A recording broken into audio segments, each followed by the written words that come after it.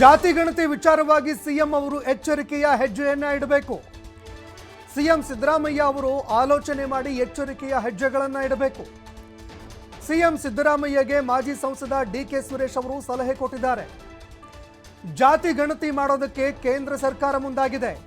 ಆಗ ಅದಕ್ಕೆ ಮಾನ್ಯತೆ ಸಿಗಲಿದೆ. 1 ವರ್ಷದ ಒಳಗಾಗಿ ಗಣತಿ ಆಗತ್ತೆ. ಅಧಿಕೃತ ಸ್ಥಾನಮಾನ ಕೂಡ ಅದಕ್ಕೆ ಸಿಗತ್ತೆ. ಹೀಗಾಗಿ ಅಲ್ಲಿಯವರೆಗೆ ಮುಖ್ಯಮಂತ್ರಿ ಸಿದ್ದರಾಮಯ್ಯ ಅವರು ಕಾಯಬೇಕು. ಎಲ್ಲಿಯವರೆಗೆ ಕೇಂದ್ರ ಅದನ್ನ ಮಾಡೋದಿಲ್ಲ ಅಲ್ಲಿಯವರೆಗೆ ಅವರು ಕಾಯಬೇಕು. ಇದು ಮುಖ್ಯಮಂತ್ರಿಗಳಿಗೆ ನಮ್ಮ ಮನವಿ ಅಂತ ಡಿಕೆ ಸುರೇಶ್ ಮಾತನಾಡಿದ್ದಾರೆ.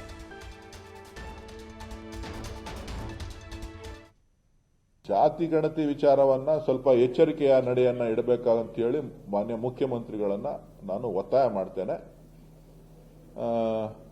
ಜಾತಿ ಗಣತಿ ವಿಚಾರ ಇವತ್ತು ಕೇಂದ್ರ ಸರ್ಕಾರ ಕೂಡ ಸೆನ್ಸಸ್ ಅನ್ನ ಘೋಷಣೆ ಮಾಡಿದ್ದಾರೆ. ಸೆನ್ಸಸ್ ಮಾಡುವಂತ ಸಂದರ್ಭದಲ್ಲಿ ಯಾವ್ಯಾವ ರೀತಿಯ ಮಾನದಂಡಗಳನ್ನ ಉಪಯೋಗಿಸ್ತಾರೆ, ಅವರು ಕೂಡ ಜಾತಿ ಜನಗಣತಿಗೆ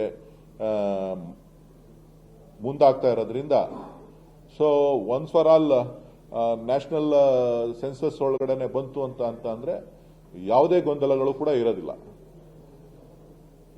ಸೊ ಜೊತೆಗೆ ಮಾನ್ಯತೆ ಕೂಡ ಸಿಗುತ್ತೆ. ಇಲ್ಲಿ ಮಾನ್ಯತೆಗೆ ಕೊಟ್ಟ ಮೇಲೆ ಮಾನ್ಯತೆಗೂ ಕೂಡ ನಾವು ಹೋರಾಟವನ್ನ ಮಾಡಬೇಕಾಗ್ತದೆ. ಸೊ ಇನ್ನೊಂದು ವರ್ಷದೊಳಗಡೆ ಸೆನ್ಸಸ್ ಕೂಡ ಆಗ್ತಾ ಇರೋದ್ರಿಂದ ಅಲ್ಲಿವರೆಗೂ ಕಾಯಬೇಕು ಅಂತ ಹೇಳಿ ನಾನು ಮಾನ್ಯ ಮುಖ್ಯಮಂತ್ರಿಗಳನ್ನ ಒತ್ತಾಯ ಮಾಡ್ತೇನೆ.